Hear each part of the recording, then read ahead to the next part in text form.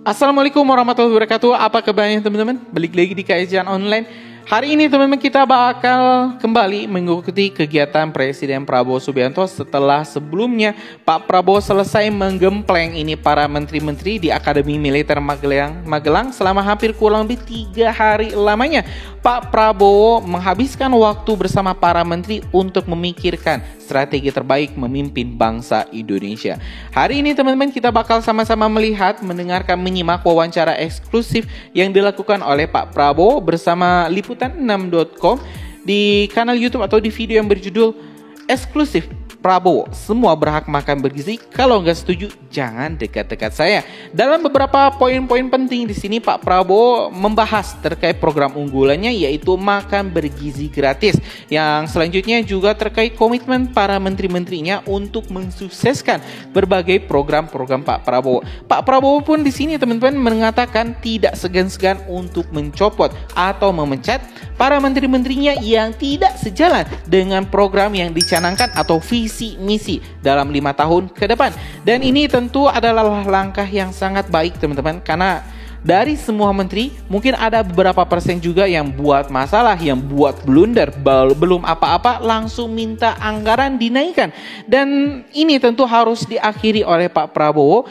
Penggemblengan kemarin, pembekalan para menteri kemarin adalah salah satu langkah strategis, langkah jitu dari Pak Prabowo untuk mengarahkan visi misi para menteri sehingga tidak melenceng kemana-mana.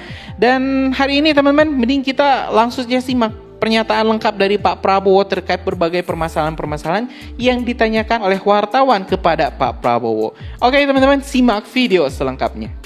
Bapak kemarin menyampaikan bahwa akan mengevaluasi setiap 6 bulan sekali. Saya kira tidak terpaku waktu ya. Kalau orang itu cinta tanah air, kalau orang itu sadar dia harus bekerja untuk kepentingan sebaik-baiknya rakyat dan bangsa, saya kira hasilnya akan baik. Nah, di sidang kabinet pertama ini, Bapak memberikan beberapa peringatan keras nih Pak. Salah satunya mengenai makan bergizi gratis. Kemarin Bapak sempat menyampaikan kepada para menteri, mengingatkan gitu ya, kalau yang tidak mendukung silakan keluar dari pemerintahan. Masa depan kita tergantung anak-anak kita, anak-anak Indonesia. Jadi kalau ada yang tidak mendukung prinsip ini, ya nggak perlu dekat-dekat saya lah. Soal pemberantasan korupsi, Bapak menegaskan, mengingatkan kepada para menteri untuk jangan korupsi. Tapi permasalahan korupsi ini kan seperti permasalahan abadi ya Pak. Strategi apa lagi yang akan Bapak gunakan untuk pemberantasan korupsi ini ke depan?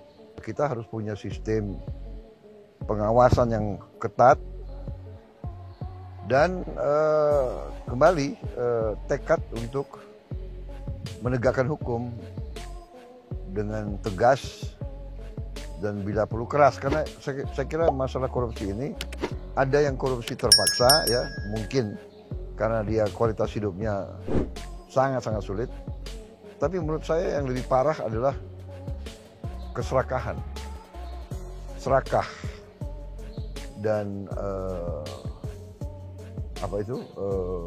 nafsu yang sangat besar untuk mengeruk kekayaan yang sebesar-besarnya agar dia bisa berkuasa panjang, kira-kira gitu. Sebagai Presiden Republik Indonesia, Presiden ke-8 ya, Republik Indonesia ini kan diperoleh dengan perjuangan panjang dan jalan yang berliku-liku gitu ya Pak ya.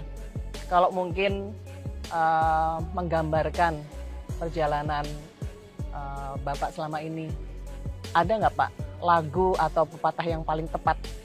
Banyak lagu yang berkesan, tapi saya suka lagu One Moment in Time ya. One Moment in Time. Okay. Ada versi Indonesianya itu saya suka juga. Versi Indonesianya kayak gimana Pak? Kalau nggak salah berilah saya satu kesempatan. Oh ya. Oh, nyanyi dikit dong Pak, saya nggak tahu yang versi Indonesia. Enggak, saya suaranya nggak bagus saya juga. Oke, Pak Prabowo, tapi kan ini kan Presiden RI ke-8 ini diperoleh setelah 4 kali gagal dalam Pilpres ya. Tapi Bapak terus mencoba lagi. Apa sih Pak, atau siapa yang menyebabkan Bapak terus mencoba lagi? Cinta tanah air satu. Saya tidak rela negara saya jelek. Saya tidak rela rakyat saya diperlakukan tidak baik. Saya tidak rela Indonesia diinjak-injak oleh bangsa manapun. Saya tidak suka kekayaan Indonesia dirampok. Itu yang mendorong saya. Jadi saya ingin berbuat yang terbaik untuk bangsa dan rakyat saya. Luar biasa teman-teman. Di akhir wawancara Pak Prabowo mengatakan alasan kenapa sih Pak Prabowo sudah 4 kali kalah tapi masih tetap ingin untuk mengabdi kepada negara. Jawaban Pak Prabowo sangat simpel. Saya mencintai negara saya mencintai rakyat saya tidak ingin negara ini dihina, diinjak-injak. Saya tidak ingin sumber daya alamnya, kekayaan alamnya dicuri, dirampok, dibawa keluar dari negara Indonesia dan dinikmati oleh negara-negara asing. Dan tentu hal ini teman-teman hal ini sangatlah luar biasa, sangat bikin kita terharu. Dan tentu teman-teman hal inilah yang hal inilah yang memang diinginkan oleh rakyat Indonesia, di mana kita mempunyai pemimpin yang mencintai rakyat, yang dicintai rakyat, yang membela hak-hak rakyat Indonesia, yang mengamankan, yang melindungi Indonesia dari negara-negara asing, sehingga tidak dirampas kekayaan alamnya, sehingga Indonesia bisa menjadi salah satu negara maju, negara adidaya, negara yang bisa memenuhi berbagai keperluannya sendiri. Dan kita doakan teman-teman, apa yang dicanangkan oleh Pak Prabowo dari mulai program makan bergizi gratisnya, pembangunan IKN, dan berbagai program-program unggulan Pak Prabowo ini bisa dijalankan, bisa sukses, dan mudah-mudahan anggarannya juga ada. Pemberantasan korupsi mudah-mudahan Pak Prabowo bisa juga minimalisir. RUU perampasan aset mudah-mudahan bisa segera disahkan, dan kita berdoa para menteri-menteri Pak Prabowo ini setelah pengembelengan kemarin di Akademi Militer Magelang bisa menjalankan tugasnya mulai hari ini sampai 5 tahun ke depan. Dan Pak Prabowo pun tidak segan-segan menegaskan sekali lagi, tidak segan-segan jika ada menterinya yang tidak sejalan, jika ada menterinya yang tidak lagi sevisi dengan Pak Prabowo, maka jangan dekat-dekat saya, pergi saja. Saya akan ganti dengan orang yang ingin mengabdi untuk bangsa ini, yang ingin berkontribusi untuk bangsa ini. Jadi teman-teman, insya Allah ini adalah sudah jalan terbaik untuk Indonesia menuju Indonesia Emas 2040. Mungkin itu informasi kita hari ini. Terima kasih sekali lagi telah menyimak video informasi dari Kajian Online.